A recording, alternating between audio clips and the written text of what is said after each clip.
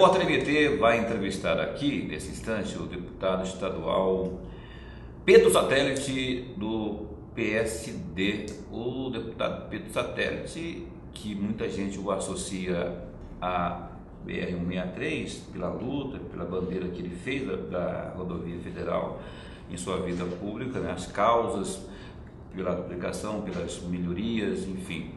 Além da BR-63, tem essa comissão parlamentar de inquérito que acaba de ser criada, a quinta CPI na Assembleia, essa para tratar da questão dos frigoríficos em Mato Grosso. Fez-se realmente necessário criar mais uma CPI?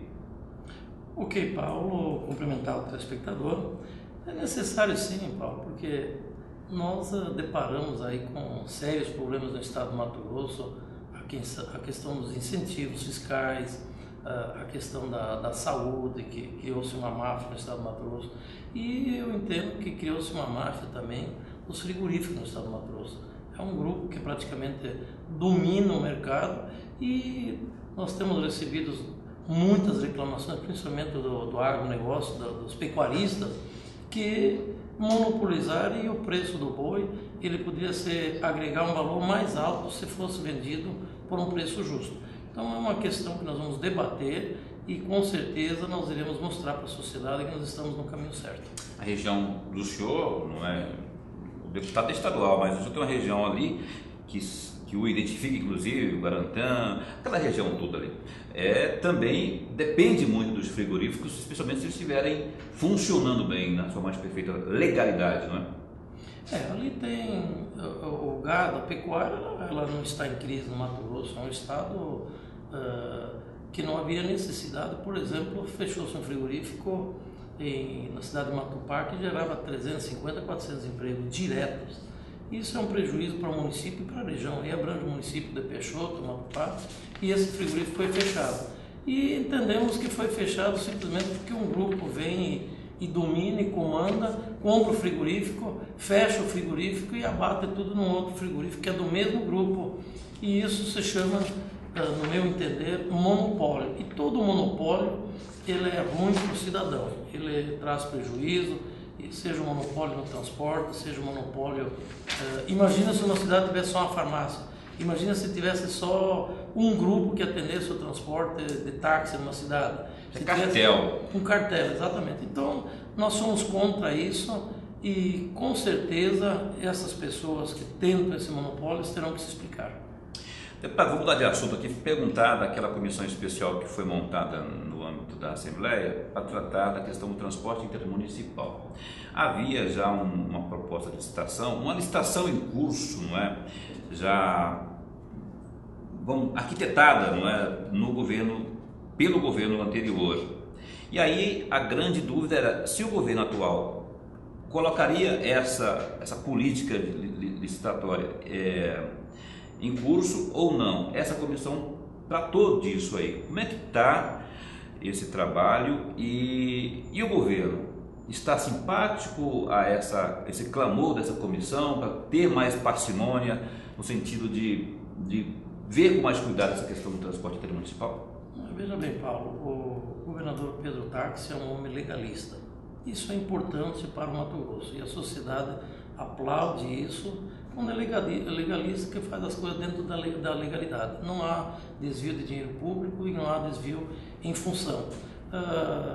O governo passado, através do vice-governador Chico Dalto, ele achou que ele conseguiria enganar uma população inteira. Ele queria ser governador, deputado federal, não sei o quê, e colocou uma inverdade para a sociedade, que se ele licitasse as linhas, ele iria baixar o preço da passagem. E isso foi comprovado na licitação, através da outorga. Uma linha de ônibus, por exemplo, a Barra do Garça, ela custa 15 milhões de reais. E quem vai pagar esses 15 milhões? Não é o empresário.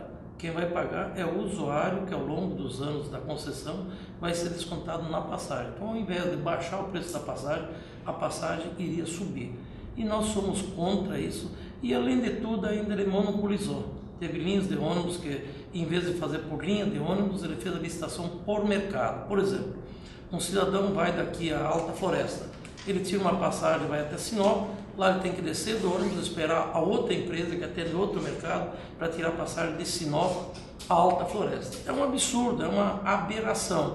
E se não fosse só isso também, a licitação, a empresa que fez o estudo de viabilidade, ele colocou muitas inverdades, nós já estamos comprovando isso.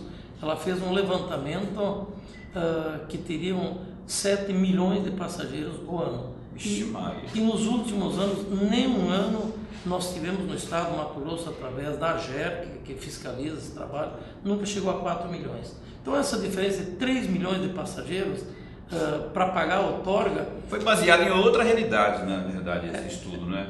É em outra realidade. Na verdade, a empresa que fez esse estudo, eles copiaram simplesmente do estado do Ceará.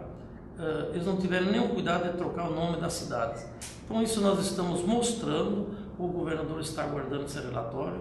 Fizemos uma pesquisa de uma empresa séria, ela não está concluída ainda, essa pesquisa também nós iremos apresentar o que o usuário, o que o cidadão pensa e o que ele quer, na verdade, do transporte coletivo. Uma pesquisa qualitativa, no caso. Qualitativa, pedindo o seu atual sistema, eles concordam, ou o futuro sistema, e vai caber ao governador do estado definir. Mas é uma outra questão, Paulo, que o Congresso Nacional, nós não sabíamos disso, isso aconteceu agora, há pouco mais de 60 dias, 40 dias, o Congresso Nacional aprovou uma lei e onde o sistema do transporte interestadual ele funcionaria mais ou menos que nem a permissão, a autorização como é o sistema aéreo, onde em vez de concessão seria uma permissão, uma autorização, onde o Estado comanda.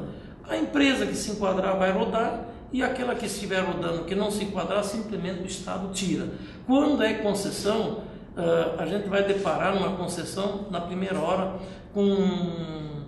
por exemplo, se tiver uma irregularidade, até que a justiça decida, leva-se 4, 5, 6 anos. Então, para ter agilidade, eu entendo que é um bom sistema e que pode ser aperfeiçoado aqui no estado do Mato Grosso. Vou encerrar esse bloco abordando um outro tema, deputado Pedro Satélite, que o senhor é membro titular da CPI das Organizações Sociais de Saúde, não é? E é responsável também pela formatação de um relatório pertinentes aos hospitais regionais de Colíder, que apresentou ao longo dos tempos aí, vem apresentando problemas seríssimos, e também do Hospital Regional de Alta Floresta. Fala pra gente aí, como é que está esse trabalho quanto a esse relatório, já que a CPI caminha para o seu final, e vem coisas mais cabulosas do que a gente já viu quanto a essas duas unidades hospitalares? Olha, com certeza a saúde ela está doente no Brasil e no Mato Grosso não é diferente.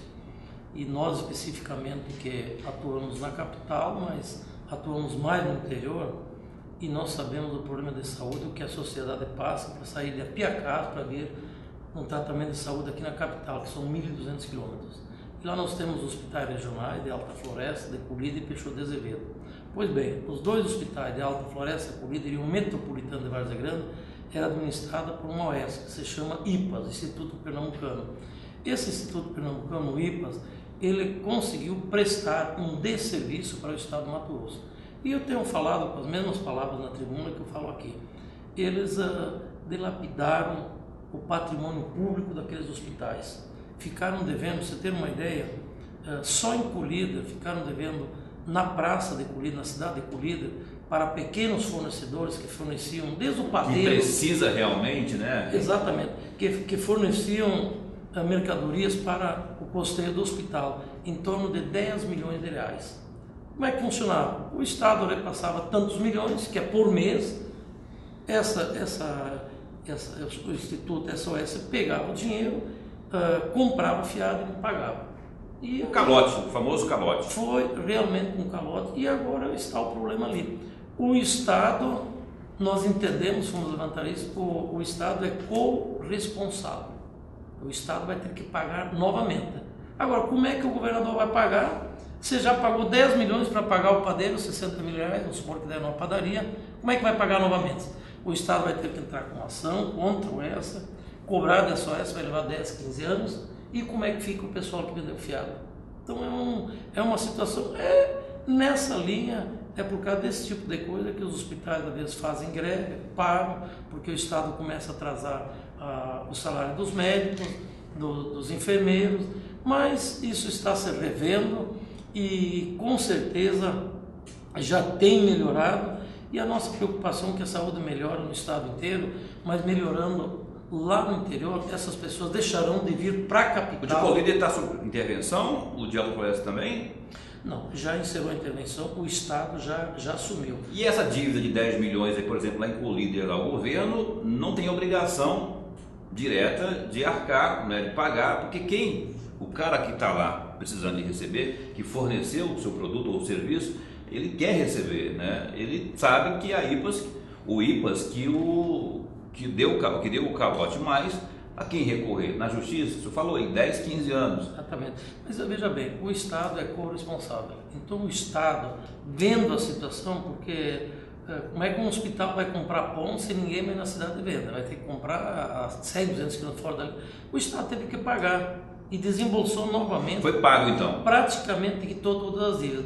Esse dinheiro que quitou no orçamento da saúde faltou para pagar médicos e foi atrasando o médico, o enfermeiro. Uma bola de neve. É uma bola de neve. Então isso aí vai levar algum tempo. E outra coisa, isso é bem preocupante, que o Estado ainda usava o CNPJ dessa OS para fazer as compras e tal, mas repassava direto para o fornecedor. Então isso tudo está se vendo, e é por esse motivo que nós abrimos essa CPI, e eu estarei fazendo o relatório. Esse já é um norte do que será, um tira-gosto do que será, do que constará nesse relatório do senhor, né? Tem isso, e eu lamento... E outras coisas mais. Tem outras coisas mais. Eu lamento dizer, e eu tenho a coragem de falar, como tem no meio político, tem pessoas que não prestam, mas tem pessoas dignas e justas. Eu sempre falo, nas igrejas, pastor, padre, a grande maioria são pessoas decentes e honestas, empresário, mas em todo segmento tem gente que não presta.